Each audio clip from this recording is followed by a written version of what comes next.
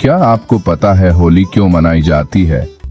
क्या आपको पता है कौन थी होलिका?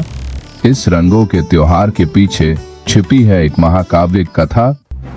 एक निष्पाप भक्त, एक अत्याचारी असुरराज, एक अभिशप्त राक्षसी और परम शक्ति का चरम प्रकट रूप। यह कहानी सिर्फ एक त्योहार की नहीं, बल्कि सत्य और भक्ति की विजय का प्रतीक है।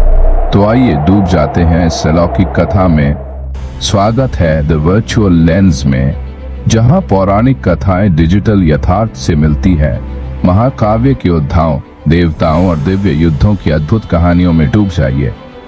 निर्भीक वृत्रासुर से लेकर महाबली परशुराम, दिव्य कृष्ण से लेकर अपराजेय बजरंग बली तक, इतिहास को ऐसे देखिए जैसे पहले कभी नहीं देखा। वीडियो को शेयर करें ताकि हिंदू महानता और हमारी गौरवशाली पौराणिक गाथाएं पूरे विश्व में फैल सकें। धर्म, भक्ति और संस्कृति का संदेश हर घर तक पहुंचाने में अपना योगदान दें। अभी सब्सक्राइब करें और उस संसार में प्रवेश करें। प्राचीन काल में एक शक्तिशाली असुरराज था जिसका नाम हिरण्यकशिपु था। वह असुरों का राजा था और अपने अहंकार और शक्ति के कारण अंधा हो चुका था। कठोर तपस्या के बाद उसने ब्रह्मा से यह वरदान प्राप्त किया। उसे न कोई मनुष्य, न देवता, न पशु मार सकते थे। वह न दिन में न रात में मारा जाएगा। न वह अंदर, न बाहर, न जल में, न आकाश में मरेगा। कोई अस्त्र शस्त्र उसका वध नहीं कर सकता। ये वरदान पाकर वह स्वयं को अमर समझने लगा और अपने राज्य में केवल अपनी पूजा करने का आदेश दे दिया। किसी को भी नारायण, कृष्ण या किसी अन्य देवता की भक्ति करने की अनुमति नहीं थी। हिरण्यकशिपु का एक पुत्र हुआ। उसका नाम प्रहलाद था, लेकिन वह अपने पिता की तरह अहंकारी असुर नहीं था, बल्कि भगवान नारायण का अनन्य भक्त था। छोटे से ही वह हर समय भगवान का नाम जपता और कहता, भगवान सर्वत्र है, वही परम सत्य है। एक दिन हिरण्यकशिपु ने प्रहलाद से पूछा, बेटा, इस संसार में सबसे शक्तिशाली कौन है? प्रहलाद ने निर्भीकता से उत्तर दिया, पिता, भगवान नारायण ही सर्वशक्तिमान है। उन्हीं की इच्छा से सब कुछ होता है। यह सुनकर हिरण्यकशिपु क्रोधित हो गया। उसे लगा कि अगर प्रहलाद जीवित रहा तो वह उसके साम्राज्य में अशांति फैला देगा। उसने अपने मंत्रियों के साथ मिलकर प्रहलाद को मारने की योजना बनाई। हिरण्यकशिपु ने कई बार प्रहलाद को मारने की कोशिश की। उसे ऊंचे पर्वत से फेंक दिया, लेकिन वह सुरक्षित रहा। उसे समुद्र में डुबो दिया, लेकिन कुछ नहीं हुआ। उसे विष दिया गया, लेकिन विष भी निष्प्रभावी हो गया। इसके बाद हिरण्यकशिपु ने अपनी बहन होलिका की मदद ली। होलिका के पास एक दिव्य चादर थी, जिसे पहनने से वह अग्नि में नहीं जल सकती थी।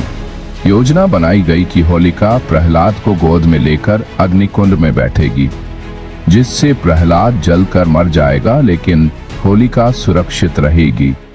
फाल्गुन पूर्णिमा की रात एक विशाल चिता जलाई गई। प्रहलाद को जबरदस्ती होलिका की गोद में बैठा दिया गया। अग्नि की लपटें उठने लगीं, लेकिन तभी अद्भुत चमत्कार हुआ। प्रहलाद शांत मन से नारायण का नाम जपता रहा।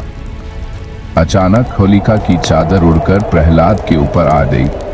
परिणाम स्वरूप होलिका जलकर भस्म हो गई, जबकि प्रहलाद सुरक्षित बच गया।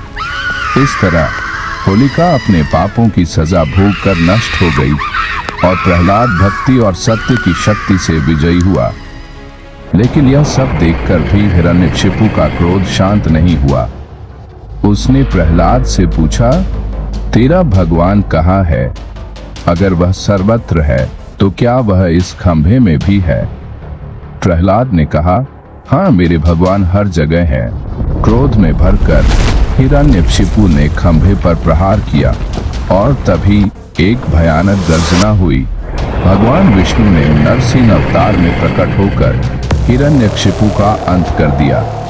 वह आधा नर आधा सिंह के रूप में प्रकट हुए।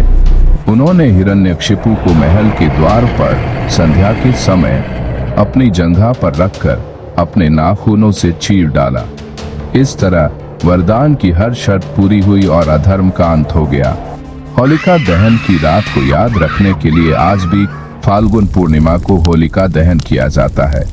होलिका के विनाश के अगले दिन प्रहलाद और अन्य भक्तों ने आनंद में रंग खेलना शुरू किया। यह भी कहा जाता है कि श्री कृष्ण ने इसी दिन राधा और गोपियों के साथ रंग उत्सव मनाया।